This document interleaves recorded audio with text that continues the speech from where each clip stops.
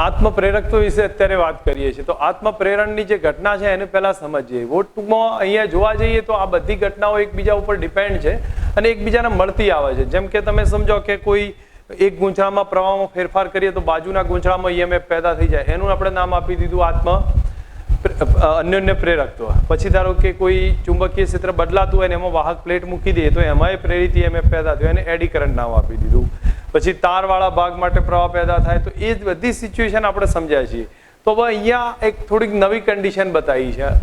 એનો મતલબ થયો કે એક ગૂંચળું છે, સમજો અહીંયા એક ગૂંચળું છે, ગૂંચળામાંથી પ્રવાહ પસાર થાય છે. હવે પ્રવાહ પસાર થાય એટલે ગૂંચળાની અંદર આ ટાઈપમાં ચુંબકીય ક્ષેત્ર પેદા થવાનું. એ ચુંબકીય ક્ષેત્રના કારણે ફ્લક્સ પેદા થશે. એ ફ્લક્સ હશે ગૂંચળાના પોતાની જ સાથે સંકળાયેલું હશે. સિમ્પલ વસ્તુ કહું છું, જો પ્રવાહ પસાર કરીએ તો એના કારણે આની અંદર ચુંબકીય ક્ષેત્ર પેદા થાય, એના કારણે ફ્લક્સ મળશે. એ ફ્લક્સ પોતાની જ સાથે સંકળાશે. જેવો તમે પ્રવાહમાં ફેરફાર કરો, જેવો પ્રવાહમાં ફેરફાર કરીએ તો આની સાથે સંકળાયેલા ફ્લક્સમાં ફેરફાર આવી જાય. હવે એના ફ્લક્સમાં ફેરફાર આવે, આની સાથે સંકળાયેલા ફ્લક્સમાં ફેરફાર થયો તો એનો મતલબ થયો કે એની અંદર ઈએમએફ પેદા થશે. ઈએમએફ એટલે પ્રવાહ પેદા થાય. એ એવી રીતે પેદા થાય કે મૂળ ચુંબકીય ક્ષેત્રનો વિરોધ કરી દે. તો મૂળ ચુંબકીય ક્ષેત્ર જે બી હોય એનો વિરોધ કરશે. બસ આટલું આપણને સમજ આવે. આ કન્ડિશન કોના જેવી થઈ? તો જડત્વ જેવી થઈ. ધારો કે આપણે સ્થિર બેઠા છીએ અને ગાડી એકાએક ઉપડે તો આપણે પાછળની તરફ જઈએ છીએ. એનો મતલબ શું થયો કે આપણે સ્થિર રહેવાનો પ્રયત્ન કરીએ છીએ. ગતિની કન્ડિશનમાં જે ફેરફાર આવ્યો એનો વિરોધ કરીએ છીએ. સેમ સિચ્યુએશનમાં ધારો કે ગતિમાં હોય ને એકાએક બ્રેક લાગે તો આપણે આગળની તરફ જઈએ છીએ. એનો મતલબ થયો કે આપણે ગતિમાં રહેવાનો પ્રયત્ન કરીએ, જે સ્થિતિ હતી એ જાળવી રાખીએ છીએ. ગતિમાં કોઈ પણ ફેરફાર થાય એનો વિરોધ થાય છે, એને આપણે જડત્વ કીધું. સેમ કન્ડિશનમાં અહીંયા ફ્લક્સમાં ફેરફાર થાય છે એનો વિરોધ થઈ જાય છે, પ્રવાહના ફેરફાર થાય છે એનો વિરોધ થાય છે, એને આપણે આત્મપ્રેરકત્વ નામ આપીએ છીએ. હવે અહીંયા જે વ્યાખ્યા કરી છે એમાં સમજો, અલગ કરેલું એક ગૂંચળું લીધું છે, ગૂંચળામાંથી પ્રવાહ પસાર કરી એ પ્રવાહમાં ફેરફાર કરવામાં આવે તો એની સાથે સંકળાયેલા ફ્લક્સમાં ફેરફાર થાય, અને ફ્લક્સમાં ફેરફાર થાય તો એમાં ઈએમએફ પેદા થશે. એ ઈએમએફને આત્મપ્રેરિત ઈએમએફ કહેવામાં આવશે. આ ઘટનાને આત્મપ્રેરણ કહેવામાં આવે છે. અહીંયા સિમ્પલ વ્યાખ્યા બતાવી છે. જુઓ, અલગ કરેલા ગૂંચળામાંથી પ્રવાહમાં ફેરફાર કરવામાં આવે તો ફ્લક્સમાં ફેરફારના કારણે ઈએમએફ પેદા થઈ જશે. એને આત્મપ્રેરિત ઈએમએફ કહ્યું. એ ઘટનાને આ ઘટનાને આત્મપ્રેરણ કહ્યું છે. આટલા સુધી સમજ આવશે. હવે આકૃતિની સમજ લેવાની છે. ધારો કે આપણી પાસે એન આટાવાળું ગૂંચળું છે, એમાંથી આઈ પ્રવાહ પસાર કરીએ છીએ. એન આટાવાળું ગૂંચળું છે તો આઈ પ્રવાહ પસાર કરીએ તો ગૂંચળા સાથે સંકળાયેલું ફ્લક્સ કેટલું થાય? n × φ થાય. એક આંટા સાથે સંકળાયેલું ફ્લક્સ φ હોય તો n આંટા સાથે કેટલું આવે? n φ. હવે n φ કોના આધારે બદલાય છે?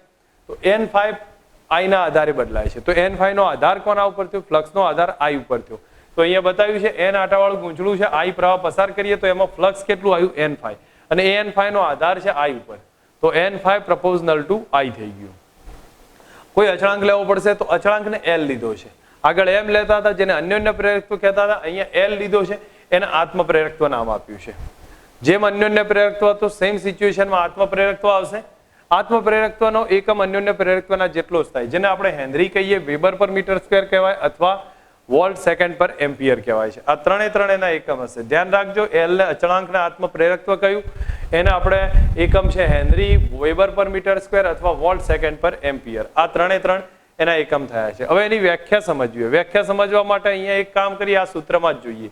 I1 લઈ લો તો કોઈ પણ ગૂંચળામાંથી એકમ પ્રવાહ પસાર કરીએ તો ગૂંચળા સાથે જે સંકળાયેલું ફ્લક્સ છે એને આત્મપ્રેરકત્વ કહેવાય. જો I1 લઈ લઈએ તો આપણે કહીએ એકમ પ્રવાહ માટે ગૂંચળા સાથે સંકળાયેલા ફ્લક્સને આત્મપ્રેરકત્વ કહે છે. તો આ એલની વ્યાખ્યા થઈ ગઈ. હવે અહીંયા આપણી પાસે જો આ બધા કન્ડિશન સમજાવી, આપણે એલની વાત કરી છે. હું ટૂંકમાં સમજીએ તો આ ટાઈપનો ટોપિક તો સિમ્પલ થયો છે. એન આંટાવાળા ગૂંચળામાંથી આઈ પ્રવાહ પસાર કરીએ એના કારણે એની સાથે સંકળાયેલું ફ્લક્સ કેટલું છે? n φ છે. n φ નો આધાર આઈ ઉપર રહેલો છે. n φ બરાબર li લીધું. l આત્મપ્રેરકત્વ છે. l નો એકમ કયો? તો હેનરી, વેબર પર મીટર સ્ક્વેર, વોલ્ટ સેકન્ડ પર એમ્પિયર.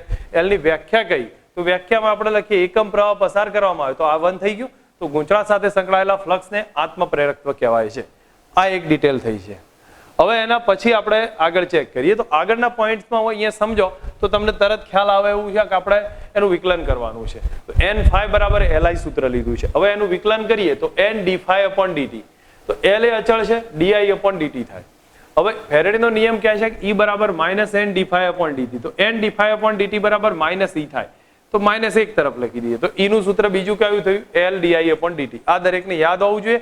l ના બે સૂત્ર, એક n φ બરાબર li અને E બરાબર -l di/dt. આ એક ઇક્વેશન આવશે.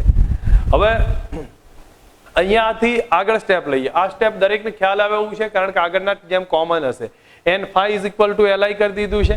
હવે n d phi upon dt બરાબર l di upon dt મળશે. એમાંથી આપણે e આના બદલે e લખી દઈએ તો e બરાબર minus l di upon dt મળશે. માઇનસ નિશાની લેસના નિયમની હાજરી બતાવશે. હવે સમજો એના પછી આપણે એક ઇક્વેશન l નું સાબિત કરી, જેમ m નું સાબિત કરતા હતા એમ.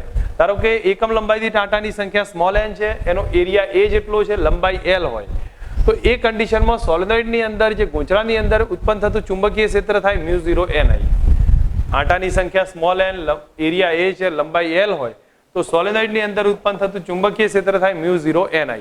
હવે આ જો ચુંબકીય ક્ષેત્ર μ0 ni ઉત્પન્ન થઈ ગયું અંદર, તો એના કારણે n phi ને કમ્પેર કરીએ તો n phi બરાબર કેટલા થાય? તો હવે n phi એટલે તમને મેં આગળના ઇક્વેશનમાં સમજાવ્યું હતું, કેપિટલ N બરાબર સ્મોલ n ઇન્ટુ l થાય. તો આપણે કેપિટલ N બરાબર સ્મોલ n ઇન્ટુ l લખ્યું. phi ના બદલે b ઇન્ટુ a લખીએ છીએ. હવે phi બરાબર b ઇન્ટુ a છે, તો b ના બદલે કેટલા થાય? તો b ના બદલે μ0 ni. તો આપણે બીજું કઈ નહીં, ln લખ્યું છે અને b ના બદલે μ0 ni લખી દીધું છે. તો આપણું n phi બરાબર સૂત્ર μ0 n² l a into i રહેશે. આટલું સ્ટેપ થાય. હવે n phi બરાબર કયું સૂત્ર છે? તો li છે. તો n phi બરાબર li કરો તો આપણે li બરાબર કેટલા? તો આ સ્ટેપ આવી જશે. એમાંથી i ને કેન્સલ કરો તો l નું નવું સૂત્ર આવશે. l બરાબર કેટલા થાય? μ0 n² al ઇન્ટુ a થશે. આ દરેકને યાદ હોવું જોઈએ. l બરાબર μ0 n² l ઇન્ટુ a થશે. l નું આ ત્રીજું સૂત્ર બન્યું છે. હવે આપણી પાસે 3 ઇક્વેશન l ના સાબિત કર્યા છે. પછી આપણે સિમ્પલ સેન્ટેન્સ બતાવવાનું છે કે આત્મપ્રેરિત EMF ને બેક EMF કહેવાય છે. જે રેખીય ગતિમાં જડત્વ ભાગ ભજવે છે, ઇલેક્ટ્રિસિટીમાં આત્મપ્રેરકત્વ ભાગ ભજવશે.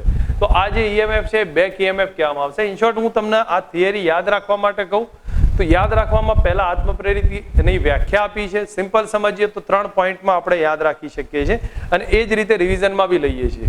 તો જો પહેલા આત્મપ્રેરકત્વની વ્યાખ્યા છે, આત્મપ્રેરિત EMF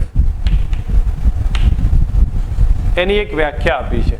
પછી મેં એક ઇક્વેશન સાબિત કર્યું છે જેને આપણે n phi બરાબર li લખું છું. એક ઇક્વેશન કયું લખ્યું છે? n phi is equal to li. એ સાબિત કર્યું છે. એના પછી બીજું ઇક્વેશન કયું સાબિત કર્યું? તો e બરાબર -l di upon dt. એની સાબિત કરવાની વાત કરી છે. અને થર્ડ ઇક્વેશન આપણે સાબિત કર્યું l બરાબર μ0 n² a ઇન્ટુ l. આ 3 ઇક્વેશન આપણે સાબિત કર્યા છે. હવે આનાથી જ ક્વેશ્ચન પૂરો થઈ જાય છે. તો તમે સિમ્પલ સમજના સાથે યાદ રાખી શકો છો કે આ ટોપિકમાં આપણે કંઈ વધારે ઓવરલોડ લખવાની કે યાદ રાખવાની મહેનત કરવાની જરૂર નથી. તમે પહેલા આત્મપ્રેરિત EMF ની વ્યાખ્યા આપો કે ગૂંચળામાં I પ્રવાહ પ્રસાર કરી એમાં ફેરફાર કરવામાં આવે તો એના ફ્લક્સમાં ફેરફાર થઈ પ્રેરિત થશે EMF, જેને આત્મપ્રેરિત EMF ઘટનાના આત્મપ્રેરણ કહ્યું છે. પછી બતાવો કે એક આંટા સાથે સંકળાયેલ ફ્લક્સ phi હોય તો n આંટા સાથે સંકળાયેલ n phi હોય, એનો આધાર I ઉપર છે તો n phi પર ચલે છે I, n phi બરાબર li કહેવાય. l શું છે? આત્મપ્રેરકત્વ છે. એની વ્યાખ્યા આપો, એકમ આપી દો. ઓકે, અહીંયા આ એક ટોપિક પૂરો થશે, જે આપણે 2 ટોપિક ક્લિયર કર્યા છે. હવે આના આધારે જ એ સ્ટેપ લખી એનું વિકલન કરો તો E બરાબર કયું સૂત્ર આવો? -l di upon dt. પછી થોડું ઓરલી સમજાવો કે n સ્મોલ n એકમ લંબાઈ દીઠ આંટા છે, એ આડછેદ છે, I પ્રવાહ છે. આ બધું ભેગું થઈ જાય તો એ સિચ્યુએશનમાં b બરાબર કેટલા આવે? μ0 ni થશે, જેની કિંમત આપણે અહીંયા મૂકીએ તો સ્મોલ n ઇન્ટુ l, અહીંયા b ઇન્ટુ a, તો આ સ્ટેપ થઈ જશે. n phi બરાબર આ ઇક્વેશન આવ્યું. તો n phi બરાબર li ની કમ્પેર કરો, I કેન્સલ થઈ જશે, l નું આ સૂત્ર આવી જશે. તો અહીંયા મોટા ભાગનું તો કામ પૂરું થઈ ગયું છે, જેને બેક EMF અથવા આત્મપ્રેરિત EMF છેલ્લે લખી દઈશું. ક્વેશ્ચન સિમ્પલ છે, ધ્યાન રાખજો. આના પછી ક્વેશ્ચન બને છે કે જેની અંદર આપણે સમજવાનું છે કે ઉર્જા કઈ રીતે મળે છે. આત્મપ્રેરણ જે પ્રમાણે અન્યોન્ય પ્રેરણ જોયું હતું એ જ પ્રમાણેનું આત્મપ્રેરણ આવશે. પણ આત્મપ્રેરણમાં ફરક એટલો હશે કે ગૂંચળાની અંદર પોતાની અંદર જ બેક EMF પેદા થશે. જેમ કે જડત્વની ઘટના હોય છે, જેમ આપણે આગળ સમજ્યા કે જડત્વની જે ઘટના હોય છે એ જ પ્રમાણેની આમાં આત્મપ્રેરણમાં જોવા મળશે. હવે અહીંયા એક સિમ્પલ હિન્ટ આપી છે. શરૂઆતમાં ક્વેશ્ચન આપણને પૂછાશે આત્મપ્રેરકત્વ સમજાવો, તો આપણે અહીંયાથી લખીએ છીએ કે કોઈ અલગ કરેલા ગૂંચળામાંથી કોઈ અલગ કરેલા ગૂંચળામાંથી વહેતા પ્રવાહમાં ફેરફાર કરી નાખીએ તો પ્રવાહમાં ફેરફાર થતા ફ્લક્સમાં ફેરફાર થઈને ઈએમએફ પેદા થશે. આ ઘટનાને આત્મપ્રેરણ કહેવામાં આવશે. આ પ્રવાહને આત્મપ્રેરિત પ્રવાહ કહીશું. ઈએમએફ આત્મપ્રેરિત ઈએમએફ કહેવામાં આવશે. તો આપણને પહેલું સેન્ટેન્સ સિમ્પલ છે, ફક્ત એના ડિટેલમાં વ્યાખ્યાના આધારે કહ્યું છે કે જ્યારે ગૂંચળાના પોતાનામાંથી જ વહેતા પ્રવાહમાં ફેરફાર કરીને ફ્લક્સમાં ફેરફાર કરવામાં આવે તો ઈએમએફ પ્રેરિત થાય છે અને આત્મપ્રેરણ કહ્યું છે. સમજો એન આટા સાથે સંકળાયેલું ફ્લક્સ N5 હોય તો એનો આધાર પોતાના જ પ્રવાહ ઉપર રહેશે. N5 નો આધાર કોના ઉપર હોય તો N5 નો આધાર મૂળ પ્રવાહ ઉપર હશે. તો I ઉપર છે, I માં ફેરફાર થવાથી ફ્લક્સમાં ફેરફાર થાય છે, એટલે N5 નો આધાર પ્રવાહ ઉપર રહેશે. હવે એક કામ કરી દઈએ, કોઈ અચળાંક લઈ લઈએ છીએ તો L છે એ આત્મપ્રેરકત્વ થશે. જેમ આગળ M આવતું હતું એ અન્યોન્ય પ્રેરકત્વ હતું, અહીંયા L આવે છે એ આત્મપ્રેરકત્વ થશે. હવે આ એક કન્ડિશન આપણી પૂરી થાય તો અહીંયા એક વસ્તુને સમજવાનો ટ્રાય રાખીએ કે જ્યારે અહીંયા થોડીક ડિટેલ આપી દીધી છે. આત્મપ્રેરકત્વ કહેવામાં આવશે, એનો એકમ હેનરી થશે, જે લખ્યો નથી. વોલ્ટ સેકન્ડ પર એમ્પિયર, વેબર પર મીટર સ્ક્વેર, એ બધા વેબર પર એમ્પિયર, આ બધા એના એકમ થઈ જશે. હવે ત્યારબાદ ઈએમએફ કઈ રીતે જનરેટ થાય છે તો સમજો આઈમાં ફેરફાર કરવામાં આવે તો ઈએમએફ જનરેટ થઈ જાય. જેમ આપણે સમજ્યા હતા E બરાબર -n d∅/dt. તો આના જ્યારે આગળ સમજીએ કે આનું વિકલન કરીએ, આ તરફ વિકલન કરીએ તો આના બદલે -e લખી શકીએ. તો E બરાબર ફાઇનલ ઇક્વેશન આવશે -L di/dt. અને આ ઇક્વેશન આપણા માટે અગત્યનું છે. એક આ ઇક્વેશન અને બીજું N5 બરાબર Li. આ બંને ઇક્વેશન ધ્યાન પર રાખવાના. ઇન શોર્ટ આપણે પહેલા N5 બરાબર Li સાબિત કર્યું, ત્યારબાદ આપણે E બરાબર -L di/dt સાબિત કરીએ છીએ અને હવે આગળ સાબિત કરીએ છીએ આ સૂત્ર. તો અહીંયા આપણે પહેલા એક સિમ્પલ બતાવવાનું છે કે ધારો કે જે સોલેનોઇડ છે એને આડછેદ એ છે, લંબાઈ L છે, આંટાની સંખ્યા એકમ લંબાઈ માટે સ્મોલ n છે. તો સોલેનોઇડનું પોતાનું જ મેગ્નેટિક ફિલ્ડ કેટલું આવશે તો μ0 ni આવશે અને એના કારણે પોતાની સાથે સંકળાયેલું ફ્લક્સ N∅ આવે. હવે એક કામ કરીએ, n ના બદલે આગળ જેમ લખતા હતા કેપિટલ N બરાબર સ્મોલ n ઇન્ટુ L આટલું લખી દીધું. ફાઈ ના બદલે B ઇન્ટુ A થાય, જ્યાં B ના બદલે μ0 ni અને A એમ ના એમ રહેવા દીધો છે. તો μ0 n² L A L into I આવશે. તો આ આપણા માટે 3 ઇક્વેશન થયા છે. હજી આપણે આમાંથી N∅ બરાબર Li કરી નાખીએ તો N∅ બરાબર Li અથવા તો L બરાબર N∅/I તો આપણને L નું ઇક્વેશન મળી ગયું. તો આ L નું ઇક્વેશન આટલું મળ્યું છે. આપણી પાસે 3 ઇક્વેશન થયા. પહેલું કયું થયું છે જેમાં N∅ બરાબર Li સાબિત કર્યું, પછી આ સાબિત કર્યું, એના પછી L નું આ સૂત્ર સાબિત કર્યું છે. હવે આપણે ફક્ત એક સિમ્પલ સેન્ટેન્સ લખવાનું છે કે ધારો કે જો μr દ્રવ્ય ભરી કાઢવામાં આવે તો સાપેક્ષ પરમિએબિલિટી કેટલી થશે તો μr μ0 n² A into L. બસ આ 3 ભાગમાં આપણો ક્વેશ્ચન રહેલો છે. અહીંથી ક્વેશ્ચન અલગ થશે પણ આપણે છેલ્લું એક સેન્ટેન્સ લખવું પડશે કે L કોના પર આધાર રાખે છે તો L માધ્યમની પરમિએબિલિટી પર આધાર રાખતું હોય છે, બરોબર. અને બીજું આત્મપ્રેરિત EMF ને બેક EMF કહેવાય છે. મેં તમને આગળ સમજાવ્યું છે એ પ્રમાણે એને બેક EMF કહ્યું છે. એ જડત્વનો ગુણધર્મ છે, બરોબર. જેમ રેખીય ગતિમાં દળ જડત્વ છે એમ વિદ્યુત ગતિમાં જે એસી ચુંબકીય ગતિ કહીએ છીએ એની અંદર આત્મપ્રેરિત EMF જડત્વ થશે. બસ આપણને આટલું સમજ આવી જો. હવે ઇન શોર્ટ આપણે જોઈએ તો આપણી પાસે આ 3 ભાગમાં ક્વેશ્ચન ડિવાઈડ થયું છે. આત્મપ્રેરકત્વ સમજાવો, પછીનો ક્વેશ્ચન અલગ પડશે. આત્મપ્રેરિત EMF વિશે વાત કરી. હવે આત્મપ્રેરિત EMF ની ઉર્જા છે એની વાત કરીએ તો આત્મપ્રેરિત EMF દ્વારા અથવા તો એની ઉર્જા છે એ આપણે ચેક કરીએ છીએ. તો અહીંયા હું લખું છું આત્મપ્રેરિત EMF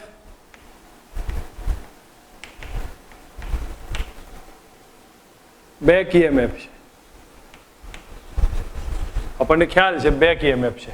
હવે એની વિરુદ્ધમાં કાર્ય કરવું હોય, આત્મપ્રેરિત EMF ની વિરુદ્ધમાં કાર્ય કરવું હોય તો આપણે એટલી ઉર્જા એમાં સંગ્રહિત થશે. તો અહીંયા લખીએ છીએ આત્મપ્રેરિત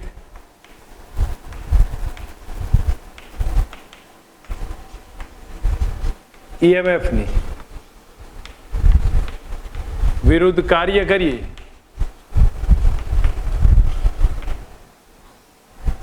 કાર્ય જેટલી ઉર્જા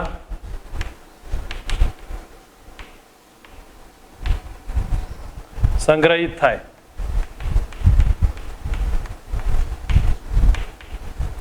હવે આપણે જે સંગ્રહિત થઈ છે એ ઉર્જાની વાત કરીએ છીએ. તો અહીંયા જો ધ્યાન આપો, પાવર P બરાબર કયું લખીએ કે હું પાવરના આધારે ઉર્જાની આપણે વાત કરીએ. પાવર P બરાબર dW/dt લખીએ છીએ. પાવર P બરાબર dW/dt. ઇલેક્ટ્રિક પાવર હોય એટલે આપણે પાવર P બરાબર E ઇન્ટુ I કહી શકીએ. હવે આટલું તો આપણને સિમ્પલ સમજ આવે છે. હવે ઈના બદલે કેટલા લેવાય? તો આત્મપ્રેરકત્વમાં જોઈએ તો ઈ બરાબર કેટલા લઈશું? તો -L di/dt. માઇનસને એવોઇડ કરી નાખીએ કારણ કે એમાં કોઈ વધારે એટલું મહત્વ રહેશે નહીં, તો ઈ બરાબર L di/dt રહેશે. તો આપણે અહીંયા લખીએ છીએ dw/dt બરાબર ઈના બદલે લખું L di/dt ઇન્ટુ I રહેશે. આટલું સ્ટેપ રહે. અહીંયા આપણે dt કેન્સલ થઈ જશે તો dw બદલા કેટલા આયા? તો Li ઇન્ટુ di રહે. dw બરાબર Li ઇન્ટુ di. ઇન્ટિગ્રેટ કરીએ બે તરફ તો ઇન્ટિગ્રેટ કરીશું તો અહીંયા રહેશે dw is equal to L common નીકળે, અંદર રહેશે I ઇન્ટુ di રહે. તો અહીંયા કાર્ય w થઈ જશે જે અહીંયા આપણે લખીએ છીએ. અહીંનું કાર્ય w બરાબર L એમના એમ રહેશે, I ના બદલે આપણે થઈ જશે I²/2. તો I²/2. તો આ જે Li²/2 જે આવ્યું છે એ કાર્ય થયું, એ જ ઉર્જામાં સંગ્રહિત થઈ જશે. ધેટ મીન્સ ઇન્ડક્ટરની ઉર્જા છે, અહીંયા લખીએ છીએ L ની ઉર્જા, તો એ U બરાબર આપણે લખી શકીએ 1/2 Li². ની ઉર્જા કેટલી આવી ગઈ છે? 1/2 Li². આટલી ઉર્જા સંગ્રહિત થશે. તો સમજ રાખીએ, સિમ્પલ ટોપિક છે. પછી ઉર્જા ઘનતા વિશે થોડી વાત કરી લઈએ છીએ. ધારો કે આત્મપ્રેરિત EMF બેક EMF છે, એના વિરુદ્ધમાં જો કાર્ય કરીશું તો એ ઉર્જા રૂપે સંગ્રહિત થશે. તો પાવર P બરાબર dw/dt બરાબર EI આવશે. ઈના બદલે આપણે L di/dt લખ્યા, dt કેન્સલ થઈ જશે તો dw બરાબર Li ઇન્ટુ di રહે. બે બાજુ ઇન્ટિગ્રેટ કરી નાખીએ તો અહીંયા 1 છે અને અહીંયા I આવશે, તો 1 નું સંકલન w થાય, I નું સંકલન I²/2 થશે. તો જે ઉર્જા એ કઈ આવી ગઈ? 1/2 Li² થઈ. હવે આના પછી ઉર્જા ઘનતા જો સમજવાનું આપ્યું હોય તો આપણે ટેક્સ્ટબુકમાં જો ટોપિક તો છે નહીં પણ આપણે એને સમજ જરૂરી છે. તો ઉર્જા ઘનતા બરાબર ઉર્જા ભાગ્યા કદ વડે રજૂ કરી શકીએ છીએ. તો અહીંયા ઉર્જા ભાગ્યા કદ છે તો ઉર્જાની સૂત્ર થશે 1/2 Li² અને કદ એટલે એરિયા ઇન્ટુ લેન્થ લખી શકીએ આટલું. V બરાબર A ઇન્ટુ L. હવે L અને I ની કિંમત લાવવાની છે તો આપણે L અને I ની કિંમત અહીંથી લાવી દઈએ તો L બરાબર આગળના સૂત્રમાં તમને ખ્યાલ હશે આ ઇક્વેશન આવતું હતું μ0 n² A ઇન્ટુ L. આગળનામાં સ્ટેપમાં આપણે ઇક્વેશન ચેક કર્યું છે તો L બરાબર μ0 n² A ઇન્ટુ L છે. હવે I છે એ મેગ્નેટિક ફિલ્ડના ઇક્વેશનમાંથી લાવીએ તો B બરાબર μ0 ઇન્ટુ ni છે. એમાંથી I બરાબર કેટલા? તો B ભાગ્યા μ0 ઇન્ટુ n રહેશે. આટલું સ્ટેપ રહે. આ બંને કિંમત L અને I ની એ મૂકી દઈએ છીએ તો ઉર્જા ઘનતા ρB બરાબર U/V ઇઝ ઇક્વલ ટુ અહીંયા જોવા જશો તો 1/2 બાજુમાં રહેશે A ઇન્ટુ L સાઈડ કરી દઈએ, A ઇન્ટુ L સાઈડ કર્યું છે. હવે L આત્મપ્રેરકત્વ છે એની કિંમત લખું છું તો એની થશે μ0 n² A ઇન્ટુ L થશે અને ડિવાઈડ સાઈડમાં I આવશે I². તો I² છે તો આ સ્ટેપ થશે, I² માં આનો સ્ક્વેર કરી દઉં છું થશે B² ભાગ્યા μ0² ઇન્ટુ n². અહીંયા તમે જોવા જાઓ તો A into L cancel, n² cancel, એક μ0 કેન્સલ થઈ જશે તો એક μ0 કેન્સલ થઈ ગયો. તો હવે ρB બરાબર ઉર્જા ઘનતાનું સૂત્ર U/V બરાબર કેટલા થશે? તો B² રહેશે ભાગ્યા 2 રહે અને μ0. આ ઉર્જા ઘનતાનું સૂત્ર છે. ઉર્જા ઘનતાનો એકમ જૂલ પર મીટર ક્યુબ થશે. બરાબર, આપણને દરેકને સમજ આવવી જોઈએ કે આ ઉર્જા ઘનતા આ રીતે ફાઇન્ડ થઈ શકે છે. જરૂર પડે તો એનો ઉપયોગ લઈ શકીએ છીએ. પછીમાં છે શું કહે કે આત્મપ્રેરિત EMF છે એની ઉર્જા સમજાવો, સંગ્રહિત ઉર્જાનું સૂત્ર મેળવો. તો સમજો કે આત્મપ્રેરિત EMF બેક EMF છે અને બેક EMF હોવાના કારણે એની EMF વિરુદ્ધ કાર્ય કરવું પડશે અને એની વિરુદ્ધમાં કાર્ય કરીશું તો એટલી ઉર્જા એમાં સંગ્રહિત થશે. અહીં આપણે લખ્યું છે આત્મપ્રેરિત EMF બેક EMF છે એની વિરુદ્ધમાં કાર્ય કરવું પડશે, જેટલું કાર્ય કરીશું એટલી ઉર્જા સંગ્રહ થશે. તો પાવરનું સૂત્ર કયું? તો dw/dt બરાબર EMF ઇન્ટુ I આવે. dw/dt બરાબર EMF ઇન્ટુ I. હવે EMF ના બદલે આપણે કયું લખીએ તો L di/dt લખી દીધું, L di/dt લખ્યું છે. dt કેન્સલ કરીએ તો dw બરાબર Li ઇન્ટુ di રહેશે. હવે આપણે w બરાબર ઇન્ટિગ્રેટ કરી નાખીએ તો Li અને એનું ઇન્ટિગ્રેટ આવશે. હવે 1/2 Li² આવ્યું. આ ઉર્જા છે એમાં સંગ્રહિત થઈ જશે. તો આ કોના જેવું ઇક્વેશન થયું? 1/2 mv² જેવું ઇક્વેશન થશે, જેમાં એલ છે જડત્વની જેવો ભાગ ભજવશે. એના પછી જે નીચેનો ટોપિક આપ્યો છે, જે આપણે નીટના કોન્સેપ્ટમાં ક્લિયર કરીશું, અત્યારે હાલ એને સમજવાની જરૂર નથી.